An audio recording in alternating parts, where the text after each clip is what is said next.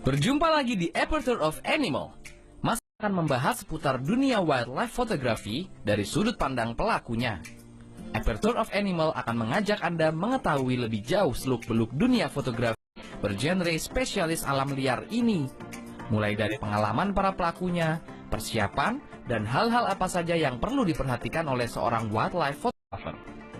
Persiapan seorang wildlife photographer dan hal-hal apa saja yang perlu diperhatikan oleh seorang wildlife photographer, serta akan memperlihatkan karya-karya dari para wildlife photographer Indonesia. Semuanya akan kita bahas selama 30 menit ke depan. Di episode kali ini, kita akan berbincang lebih jauh dengan seorang pria yang tidak sengaja terjun ke dunia wildlife photography karena kebutuhan akan penelitiannya saat kuliah dulu. Nama saya Faris Al-Hadi. Saat ini saya berprofesi sebagai salah satu peneliti herpetofauna di yayasan yang bergerak di bidang kehati. Tahun ini adalah tahun ke-6 bagi saya di dunia wildlife photography. Berawal dari kebutuhan akan penelitian untuk perkuliahannya dan membutuhkan data-data berupa foto objek penelitian, Faris Al-Hadi saat ini berprofesi sebagai seorang peneliti herpetofauna di bidang kehati ini perlahan-lahan mulai menyukai dunia wildlife photography. Jadi saya mulai wildlife photography ini sudah sekitar 5 tahun yang lalu. Awalnya sih karena kebutuhan akan penelitian waktu kuliah dulu. Jadi dari situ karena kebutuhan akan mengumpulkan data melalui fotografi, di situ saya mulai berangsur-angsur mencintai wildlife photography. Sehubungan dengan profesinya sebagai peneliti hewan, terutama jenis amfibi dan reptil, Faris lebih memfokuskan objek foto yang diambilnya kepada dua jenis hewan tersebut. Selain itu, menurutnya hewan sejenis amfibi masih jarang terekspos terutama di Indonesia, dan sangat sayang bila melewatkan berbagai jenis amfibi di Indonesia yang ternyata cukup beragam, serta memiliki karakteristik yang indah dengan beraneka macam warna. Untuk hewan jenis amfibi, Faris lebih mengutamakan katak sebagai objek fotonya. Karena sampai saat ini, penelitian yang dilakukannya banyak membahas tentang katak. Indonesia sendiri memiliki kekayaan jenis katak yang sangat luar biasa. Jenis-jenis katak tersebut tersebar luas dari ujung Pulau Sumatera hingga ujung timur Pulau Papua. Banyak di antara jenis-jenis katak tersebut adalah katak endemik. Menurut Faris sendiri, sampai saat ini masih banyak ditemukan jenis-jenis katak baru karena eksplorasi katak di Indonesia masih belum menyeluruh. Sehingga potensi ditemukannya jenis-jenis katak baru masih begitu besar. Jadi kalau sampai saat ini yang saya fokuskan adalah foto katak atau amfibi. Bisa dibilang kalau bahasa sainsnya herpetofauna. Herpetofauna yaitu katak maupun reptil. Jadi untuk sampai saat ini saya fokus di dua taksa tersebut karena memang penelitian saya banyak ke arah sana. Oleh sebab itu saya lebih fokus ke situ. Jadi awal mula menariknya kembali lagi karena memang memulai wildlife photography ini dari sebuah penelitian. Karena tesis saya bercerita tentang katak, dari situlah saya mulai menarik gitu, tertarik akan sesosok katak yang selama ini sangat sepelekan, tapi ternyata Indonesia punya katak yang cantik-cantik, baik yang berwarna hijau, merah, ataupun warna-warna lainnya. Dan itu jarang ekspos. Melalui wildlife photography, saya kira katak-katak yang ada di Indonesia akan lebih terekspos. Dan artinya, kita akan lebih mencintai alam Indonesia beserta isinya. Sejak mulai menekuni dunia wildlife photography, Faris tentunya memiliki sosok idola yang ia jadikan sebagai panutan selama mendalami dunia wildlife photography ini. Tak lain adalah Riza Marlon, seorang fotografer spesialis alam liar legendaris Indonesia. Faris sendiri banyak memetik pelajaran dari seorang Riza Marlon, mulai dari mempersiapkan fisik untuk terjun ke lapangan dan menjaga stamina agar tetap fit selama hunting foto. Persiapan apa saja yang dibutuhkan sebelum memulai hunting foto di lapangan, seperti apa cara membidik objek satwa liar di habitatnya dengan baik, hingga editing hasil foto yang berhasil diabadikan. Semua itu ia terapkan dan tentunya dikembangkan agar hasil foto yang didapat lebih baik lagi.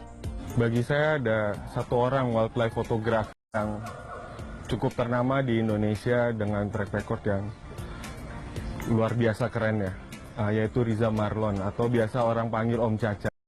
Saya banyak belajar dari beliau bagaimana mengambil foto sebuah objek hewan yang baik, setelah itu editingnya seperti apa, bagaimana menjaga kondisi setiap ketika kita ke lapang tetap prima, kemudian persiapan-persiapan apa saja, itu yang saya dapatkan dari beliau. Saya rasa beliau adalah seluruh panutan wildlife fotografi di Indonesia. Dunia wildlife fotografi memiliki sisi menarik bagi seorang Faris. Terlebih lagi jika ia memperoleh hasil foto yang mampu memberikan deskripsi dari objek yang ditangkap.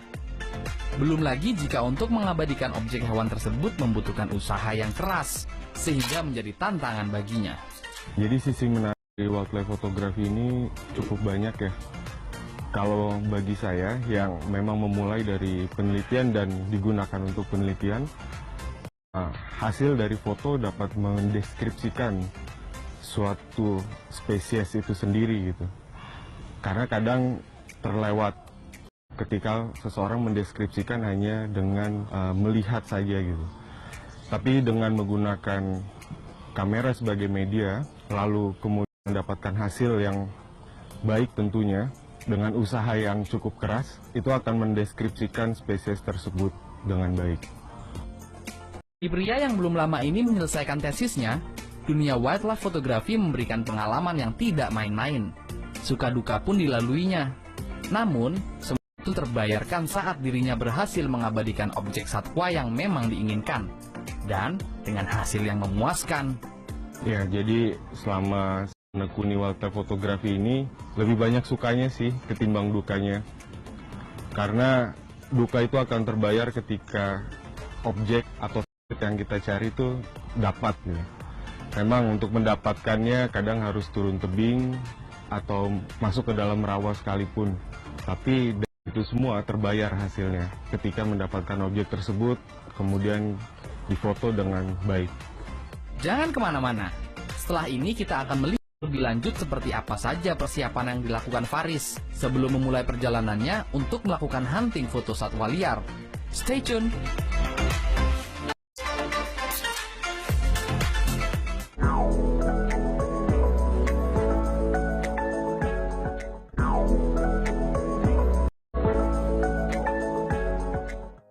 Kembali lagi di Aperture of Animal. Setelah tadi berbicara mengenai pengalaman Faris selama di dunia wildlife fotografi, selanjutnya kita akan melihat lebih dalam kehidupan seorang wildlife photographer, kesulitan yang dihadapinya dan persiapan apa saja yang diperlukan untuk melakukan hunting foto satwa yang diinginkan. Manis dan pahit selama menjadi seorang wildlife photographer sekaligus seorang peneliti pernah dilalui Faris. Yang paling diingatnya adalah ketika harus menghabiskan waktu 6 jam di Gunung Dempo, Palembang, dengan kondisi hujan deras serta banyak pohon bertumbangan. Hal ini dialaminya karena keterbatasan pengetahuan mengenai kawasan tersebut. Namun, semua itu membuahkan hasil yang menyenangkan ketika ia mampu mendapatkan foto satwa yang diincarnya. Nah pemirsa, Gunung Dempo sendiri terletak sekitar 7 jam dari Palembang, dengan puncak yang merupakan kawah gunung berapi yang masih bergejolak dengan diameter sekitar 100 meter persegi. Gunung ini mempunyai daya tarik sangat luar biasa terhadap para pendaki. Mempunyai pemandangan yang sangat indah dan menawan dengan adanya kebun teh yang luas beribu hektar mengelilingi lereng Gunung Dempo. Selain menyuguhkan pemandangan yang indah, Gunung Dempo juga menjadi salah satu pilihan destinasi hunting foto bagi para wildlife photographer. Gunung Dempo kaya akan beragam fauna mulai dari kelompok serangga, mamalia, burung, amfibi, dan juga kelompok hewan melata.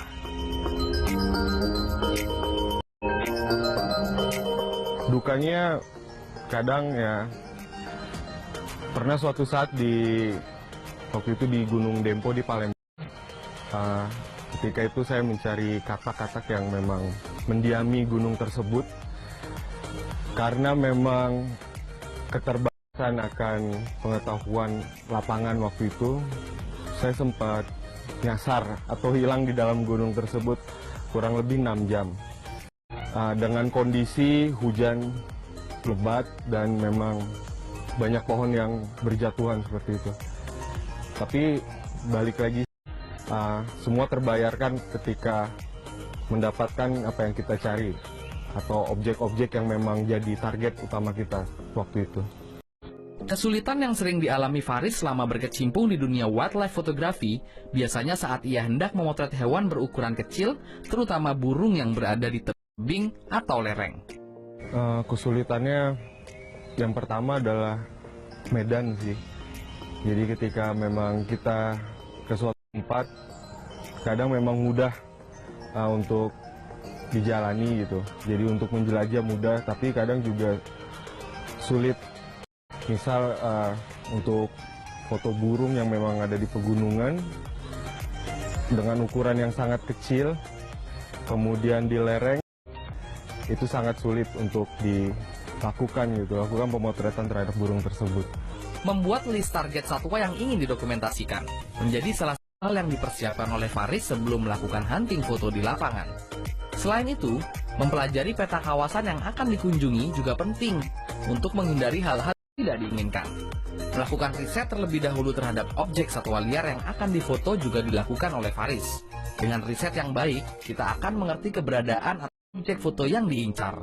Dan tak lupa juga untuk mempersiapkan alat sesuai kebutuhan hunting foto, serta membawa logistik yang diperlukan. Selain logistik dan mempelajari peta kawasan, penting bagi seorang wildlife photographer untuk mempersiapkan fisiknya.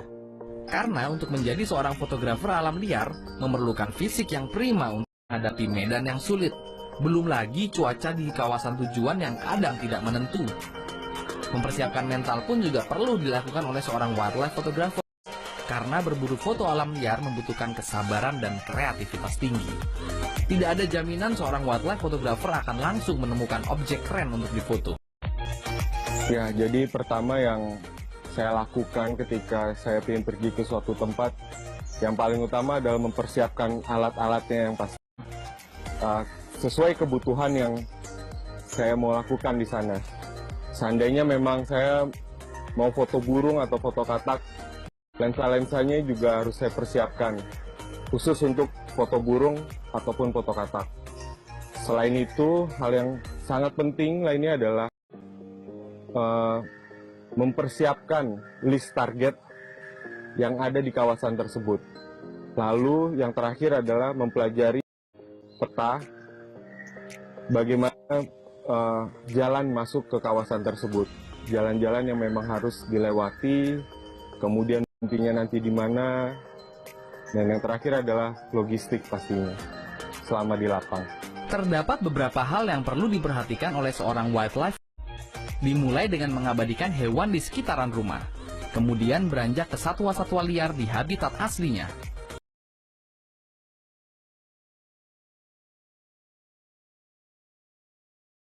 Hal inilah yang sangat penting, mengingat dalam wildlife fotografi momen bagus yang akan dibidik biasanya hanya berlangsung selama 5-20 detik.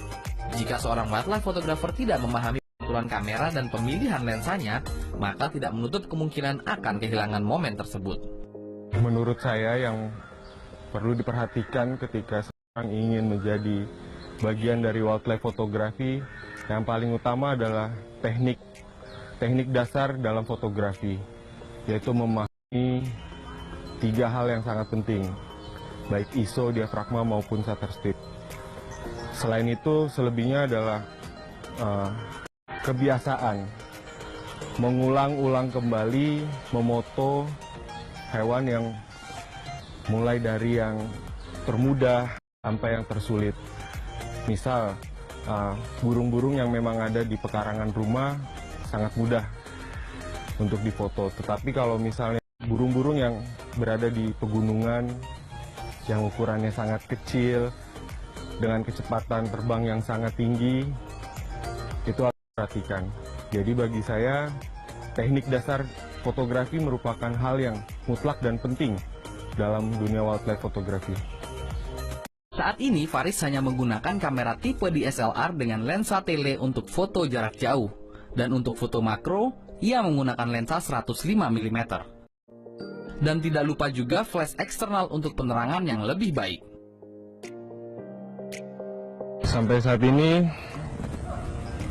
yang saya gunakan untuk foto berbagai jenis hewan dengan kamera DSLR, lalu dengan lensa untuk Telenya 70-300 focal lensnya.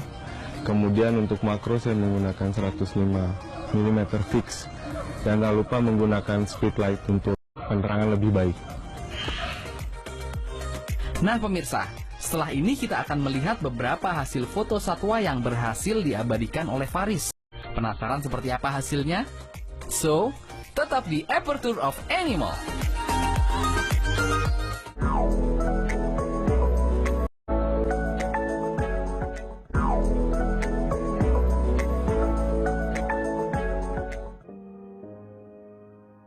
Penting bagi orang wildlife photographer untuk dapat menghasilkan sebuah foto yang mampu memberikan sebuah cerita.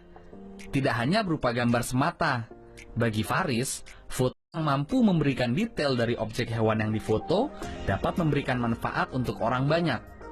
Karena foto tersebut tidak hanya dinikmati oleh para penikmat fotografi saja, tapi juga dapat digunakan sebagai penelitian untuk para saintis. Yang pasti yang bagus adalah yang mempunyai cerita di balik foto tersebut. Jadi tidak hanya mengambil gambar atau sebuah objek yang hanya dia, tapi juga ada cerita di balik foto tersebut. Selain cerita juga harus detail, karena bukan kita aja yang menikmati, masih banyak pihak-pihak lain seperti saintis yang menikmati foto tersebut, bahkan digunakan sebagai penelitian. Jadi selain memang harus bercerita atau ada momennya, kemudian foto itu juga harus detail. Di Pulau Tidung, Kepulauan Seribu lah Faris pertama kali mendapatkan sebuah foto yang mampu memberikan sebuah cerita. Objek foto yang diambilnya saat itu adalah seekor burung gagak yang sedang memakan bangkai ayam. Menurutnya, foto ini mampu menunjukkan sifat dari seekor burung gagak, yaitu senang memakan bangkai. Nah pemirsa, selain Faris yang berhasil mengabadikan momen seekor burung gagak, dapat beberapa foto unik burung gagak yang berhasil diabadikan oleh fotografer lainnya. Foto pertama berhasil diabadikan oleh seorang fotografer bernama Po Chan. Ia mendokumentasikan foto yang memperlihatkan seekor burung gagak naik ke punggung seekor burung elang botak saat terbang. Anehnya di foto itu, terlihat bahwa elang botak tersebut seperti tidak keberatan dijadikan kendaraan oleh si gagak. Wah, unik ya pemirsa. Selain foto tersebut, di Tamil Nadu, India, seorang fotografer Grave Henriksen berhasil mengabadikan momen di mana seekor burung gagak hinggap di atas kepala burung elang dan seakan membentuk formasi tarian alami. Momen itu difoto berulang-ulang oleh sang fotografer karena dianggap merupakan kejadian langka di dunia. Grave percaya bahwa peristiwa unik itu sebenarnya terjadi lantaran niat si gagak yang hendak mengusir sang elang karena hinggap di satu pohon yang sama di mana terdapat sarang si gagak. Jadi foto pertama yang saya ambil adalah seekor burung gagak di Kepulauan Seribu, tepatnya di Pulau Tidung waktu itu. Jadi kondisinya saat itu adalah ketika sore hari, saya baru terbangun, kemudian keluar penginapan dan melihat seekor burung gagak sedang memakan bangkai ayam waktu itu. Yang menarik adalah dia terbang sambil membawa kepala bangkai ayam tersebut. Dengan cepat saya ambil kamera, kemudian saya foto. Jadi itulah foto pertama saya yang sangat berkesan karena sesuai dengan sifatnya burung gagak yang suka memakan bangkai. Kekaguman Faris akan spesies amfibi terutama katak menjadikannya rela untuk mencari seekor spesies katak mutiara yang merupakan hewan endemik di Pulau Jawa. Faris menghabiskan waktu hampir 5 tahun untuk mendapatkan foto hewan tersebut, hingga akhirnya perjuangannya tersebut berbuah manis. Nah, for your information, selain katak mutiara, ternyata masih banyak jenis katak lainnya yang dapat kita temui di Pulau Jawa. Tercatat setidaknya ada 40 jenis katak yang dapat ditemui di Pulau Jawa. Beberapa di antaranya pun adalah katak endemik seperti halnya katak mutiara.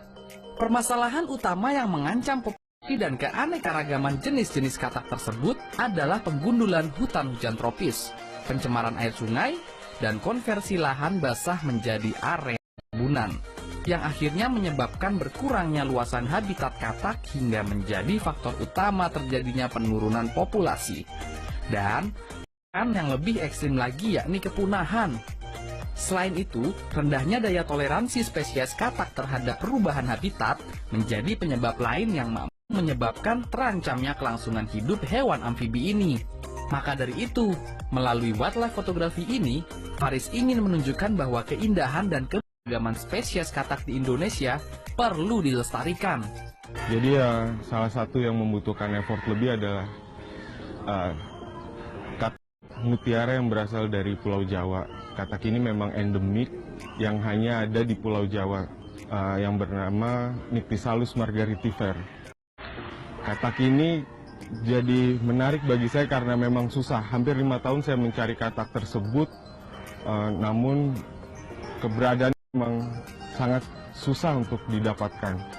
Tapi akhirnya di daerah Puncak, saya mendapatkan katak tersebut dan dengan senang saya memfotonya. Ratusan frame bahkan untuk satu katak. Jadi itulah yang menurut saya yang menarik selain burung gagak yang pertama kali saya foto. Percaya diri adalah kunci utama jika Anda ingin mencoba terjun di dunia wildlife fotografi.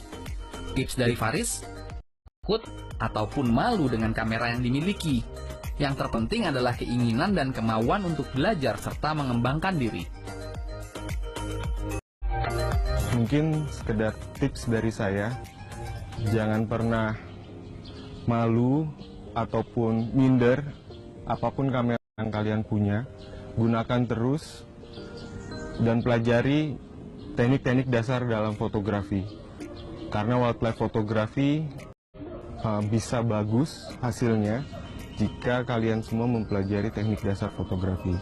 Selebihnya, gear akan mengikuti kemampuan dan juga kebutuhan.